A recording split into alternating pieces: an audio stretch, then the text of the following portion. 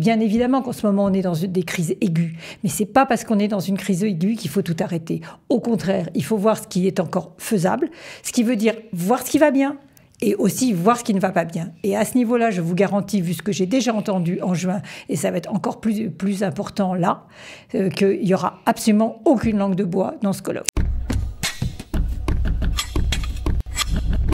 Elle s'appelle Muriel Haïm, elle est présidente de la Fondation France-Israël et elle a décidé d'organiser en Israël un colloque consacré aux relations entre la France et Israël depuis 75 ans. Pourquoi ? On va le savoir tout de suite. Muriel Haïm, bonjour et bienvenue. Bonjour. Alors, c'est vrai qu'en ces temps un peu troublés, c'est le moins qu'on puisse dire, où la France fait des déclarations, notamment son président de la République, Emmanuel Macron, des déclarations intempestives terribles, on va dire que les Israéliens n'ont pas tellement envie d'écouter ce que la France a à nous dire. Et pourtant, on a une relation, une coopération intense depuis 75 ans. C'est pour ça que vous avez voulu, malgré tout, malgré le contexte, organiser ce colloque ? Oui, absolument. On l'a déjà organisé en juin au Sénat. Parce que déjà en juin, la situation, les relations étaient dans le cadre « je t'aime moi non plus », plutôt du côté « moi non plus ». Et là, on avait décidé de le faire en parallèle en Israël. Et là, on voit qu'en ce moment, c'est encore plus nécessaire. Parce que... Alors, ça veut dire quoi ? Parce que la situation est tendue, parce que les déclarations sont vraiment, on ne peut pas dire anti-israéliennes, mais presque, que vous pensez que c'est nécessaire à ce point ? Oui, c'est nécessaire, parce que malgré tout, on a 75 ans de coopération. Malgré tout, on partage des valeurs communes, qui sont des valeurs d'égalité hommes-femmes, des valeurs de démocratie, c'est deux États démocratiques. Et c'est vrai qu'il y a une crise. Il y a déjà eu des crises entre la France et Israël. Et on ne peut pas, pour ça, jeter le bébé avec l'eau du bain. Donc il faut essayer de se raccrocher sur ce qui va. On va voir, il y aura un futur. Bien évidemment qu'en ce moment, on est dans des crises aiguës. Mais c'est pas parce qu'on est dans une crise aiguë qu'il faut tout arrêter. Au contraire, il faut voir ce qui est encore faisable, ce qui veut dire voir ce qui va bien, et aussi voir ce qui ne va pas bien. Et à ce niveau-là, je vous garantis, vu ce que j'ai déjà entendu en juin, et ça va être encore plus important là, qu'il n'y aura absolument aucune langue de bois dans ce colloque. Ouais, c'était la question que j'allais vous poser, parce qu'il y a des personnalités importantes. Il y a monsieur l'ambassadeur de France en Israël, il y a l'ancien ambassadeur Éric Danon, il y a aussi Daniel Saada, qui lui, par contre, a été un temps ambassadeur d'Israël en France, pendant une très courte période. Alors, il y a des politiciens, il y a aussi Emmanuel Lavonne. On se dit, est-ce que vraiment on va dire les choses clairement ? Est-ce qu'on va rentrer dans les choses qui fâchent ? Alors, M. Journès n'a pas confirmé sa participation, mais au niveau des autres que j'ai déjà entendus, je peux vous dire que c'est tout sauf une langue de bois. Et ça, je peux vous le garantir, de même que frère Louis-Marie, qui est donc le responsable d'Abou Ghosh, qui est là depuis une trentaine d'années, qui connaît très très bien la situation. C'est un bénédictin. Je peux vous dire que lui aussi, il a une vision extrêmement claire et que son intervention sera extrêmement intéressante par rapport à ce qui se passe.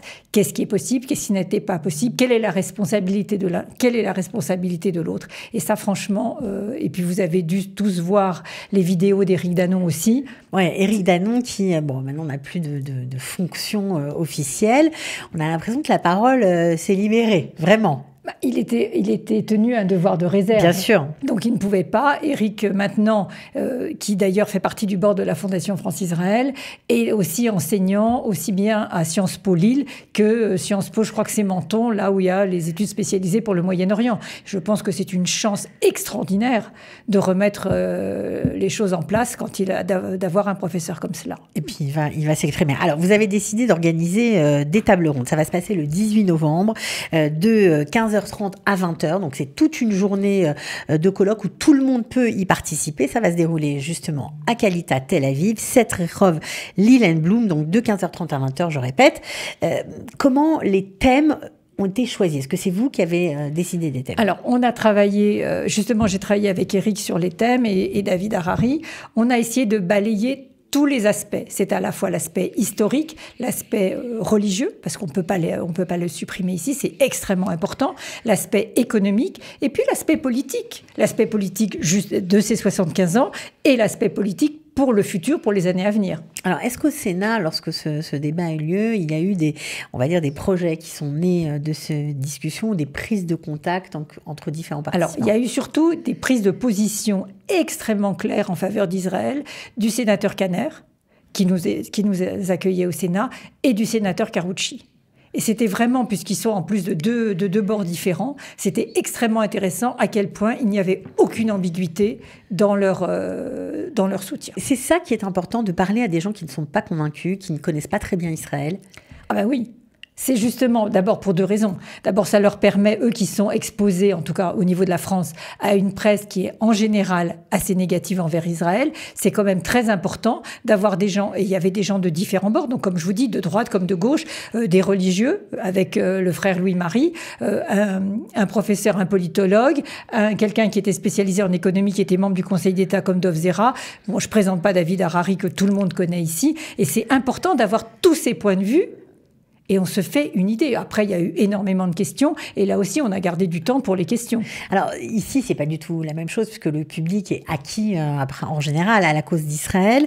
Bon, il y a bien sûr peut-être des critiques du gouvernement, mais ça, c'est encore autre chose. C'est quoi le but ici? Alors, le but, c'est entre autres, pour le colloque qui est à l'université de Tel Aviv et qui sera enregistré, pour les étudiants, c'est extrêmement important. Oui, parce que ce colloque, on ne l'a pas dit, mais ce colloque sera... le matin en anglais à l'université de Tel Aviv avec les mêmes speakers, le même programme.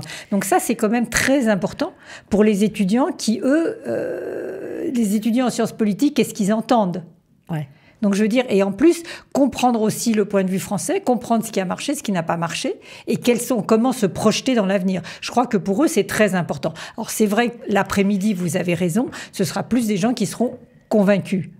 Mais je veux dire, en ce moment de crise, les gens français, les franco-israéliens, ont besoin d'entendre une parole et de se dire « bon, c'est pas fini non plus ». Je sais que pendant ces différentes tables rondes, il y en aura 3, vous allez aussi parler de la coopération scientifique et de ce qui se passe au niveau de la culture.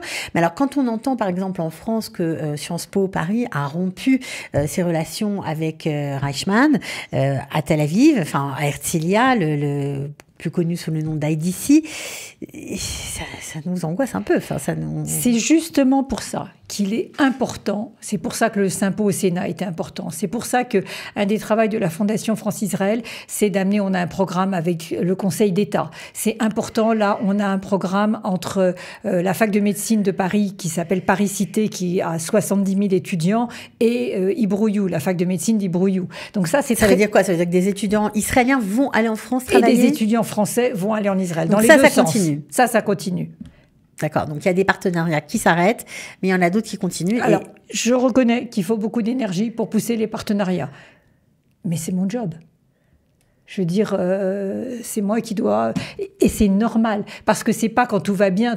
Quand tout va bien, c'est facile. Quand il y a une période de crise, eh ben c'est là qu'on s'y met encore plus et qu'on va chercher encore plus des partenariats. D'accord. Donc, en tout cas, ce sera vraiment très intéressant. On parlera aussi, j'imagine, des perspectives politiques pour l'avenir. Mais oui, justement. Et c'est là que, dans la dernière table ronde, c'est là que c'est très important. On a entre autres Éric Danon et puis Emmanuel Navon. C'est hyper important. Voir comment ils voient. Et c'est vrai que si on arrive à changer la situation, de même que les accords d'Abraham étaient un changement de paradigme, de même, si on arrive à ce que les Libanais reprennent en main leur État, leur souveraineté, au lieu de dépendre de l'Iran, c'est extraordinaire. Finalement, quelque part, on fait un peu, entre guillemets, le sale boulot pour eux. Ouais, bien sûr, on leur donne une chance extraordinaire. Et il y en a beaucoup au Liban qui sont convaincus de ça.